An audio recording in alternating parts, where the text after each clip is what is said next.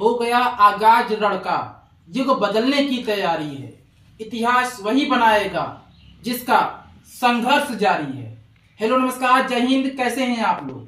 आज के इस वीडियो में हम बात करेंगे टॉपर्स कैसे पढ़ाई करते हैं। टॉपर का मतलब क्या है? टॉपर का मतलब है कि जो एग्जाम में, ऐसे स्टूडेंट जो एग्जाम में 90% के ऊपर लाते हैं उन्हें टॉपर माना जाता है। यानी कि 91% वाला टॉपर होता है, 92% वाला टॉपर होता है, 93% वाला टॉपर होता है, 96% वाला टॉपर होता है, 97, 95, 100% वाला टॉपर होता है। समानता यही देखा जाता है। टॉपर्स की कोई फिक्स्ड यानी कि निश्चित परिभाषा नहीं है, लेकिन जब भी टॉपर की बात आती है तो यह माना जाता है कि 90% के ऊपर स्कोर होगा। मैं आपको बता दूं कि जो टॉपर होते हैं इनके पढ़ाई करने का एक तरीका है।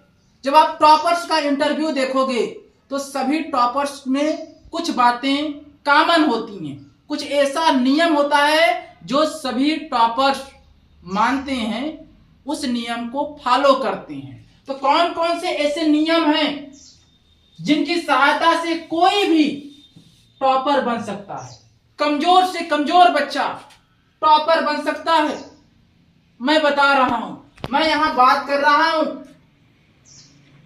क्लास 9th की, क्लास 10th की, क्लास 11th की, क्लास 12th की नीट एग्जाम के जो बच्चे तैयारी कर रहे हैं उनके लिए मैं यह वीडियो बना रहा हूं।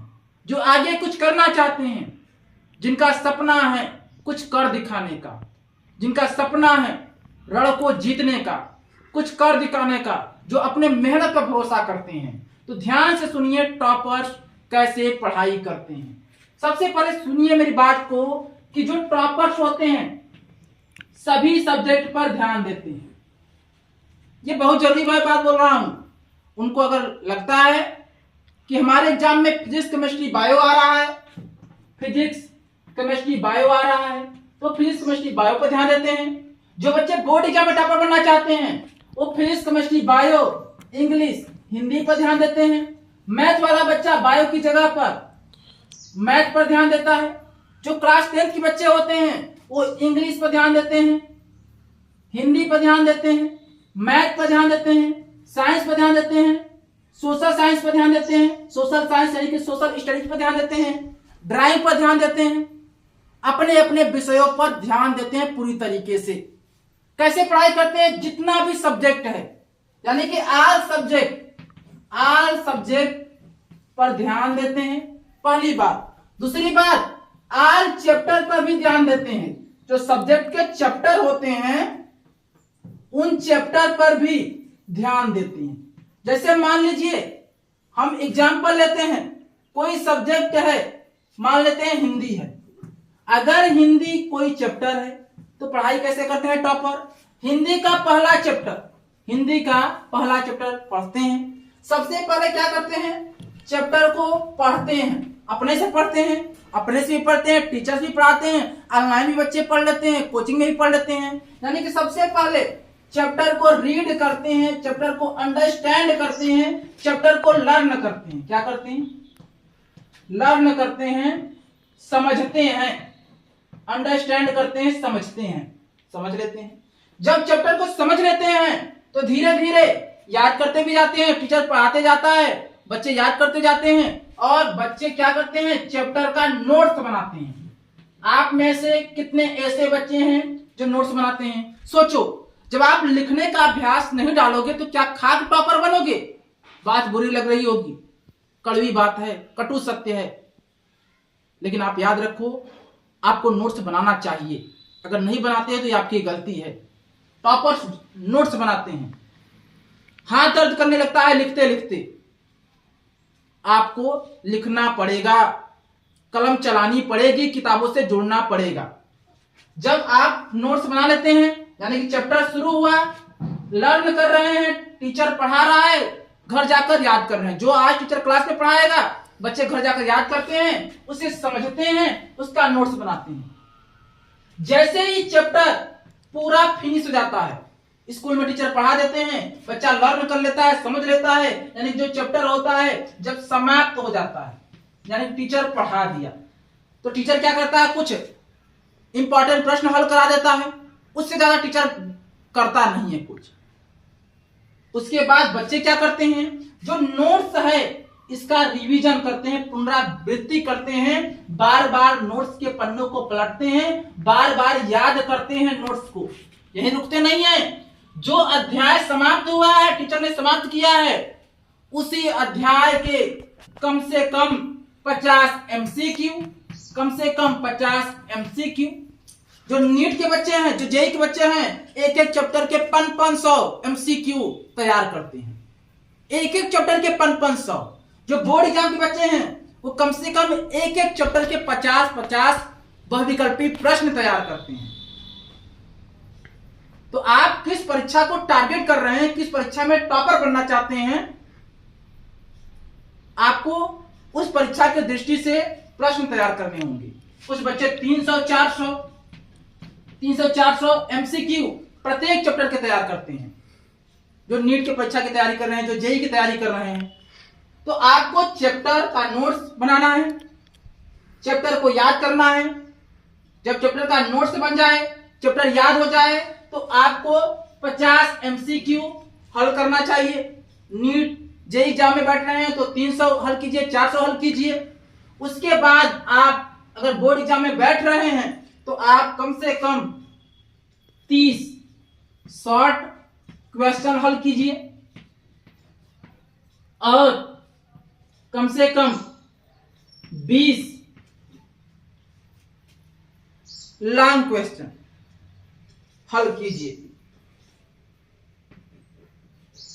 केवल व केवल नोट्स बनाने से, नोट्स को याद करने से अच्छा नंबर नहीं आएगा। आपको क्वेश्चन हल करना पड़ेगा। नीचे दिखा दीजिए, या मैं लिख दे रहा हूं, जूम करके दिखा दीजिए कि आपको क्वेश्चन हल करना पड़ेगा।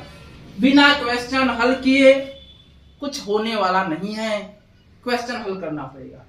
उसके बाद जब आप इतने क्वेश्चन हल कर लेंगे तो सबसे इंपॉर्टेंट मैं आपको बता दूं, सबसे इंपॉर्टेंट आपको क्या करना होगा।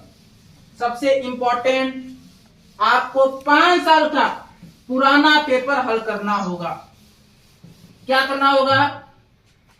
उसके बाद आखिरी है कि उस चैप्टर के 5 साल में जितने भी बोर्ड एग्जाम में या नीट एग्जाम में या जो भी एग्जाम आगे देने वाले हैं, उस एग्जाम में जो उस चैप्टर के 5 साल के पुराने पेपर हैं, उन्हें आपको सॉल्व करना पड़ेगा, उन्हें आपको अंडरस्टैंड करना पड़ेगा, उन्हें आपको लर्न करना पड़ेगा।